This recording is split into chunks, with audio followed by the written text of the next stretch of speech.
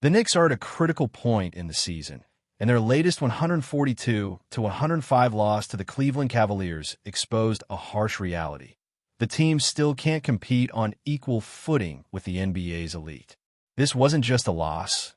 It was their sixth in 6 games against the league's top teams, including the Boston Celtics and Oklahoma City Thunder. This raises an uncomfortable question. Does this roster truly have what it takes to contend for a title? Stephen A. Smith, always blunt and outspoken, said what many are afraid to admit. To him, the Knicks are an inferior team compared to the league's true powerhouses.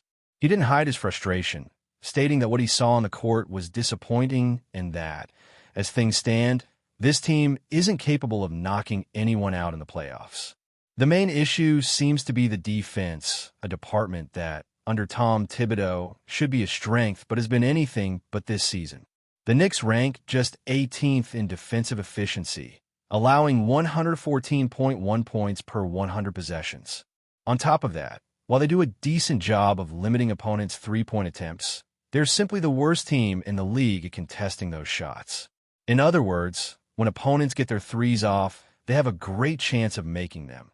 An even bigger problem when facing teams that rely on perimeter scoring.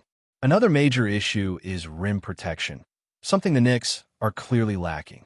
Without a true shot-blocking presence inside, opponents are attacking the paint with ease, forcing perimeter defenders to collapse and leaving open shooters all over the floor. But there's one name that could change this: Mitchell Robinson. The center, who has yet to play this season due to ankle surgery, might be the missing piece needed to fix this defense. Kendra Perkins has already pointed this out, highlighting that Robinson has the ability to anchor the defense and allow Karl-Anthony Towns to play without the heavy burden of rim protection, a role we've seen work in other situations. With Robinson back, perimeter defenders like OG Anunoby, Mikal Bridges, and Josh Hart can be more effective in their roles without having to compensate for defensive gaps. But the big question remains: will this be enough to turn the Knicks into a real title contender? If the defense comes together and the team finds a way to compete head-to-head with the best, there's still hope. Otherwise, this season might just serve as a learning experience for a bigger step next year. Now I want to hear from you. Do the Knicks still have a chance to turn things around, or is this season already a lost cause?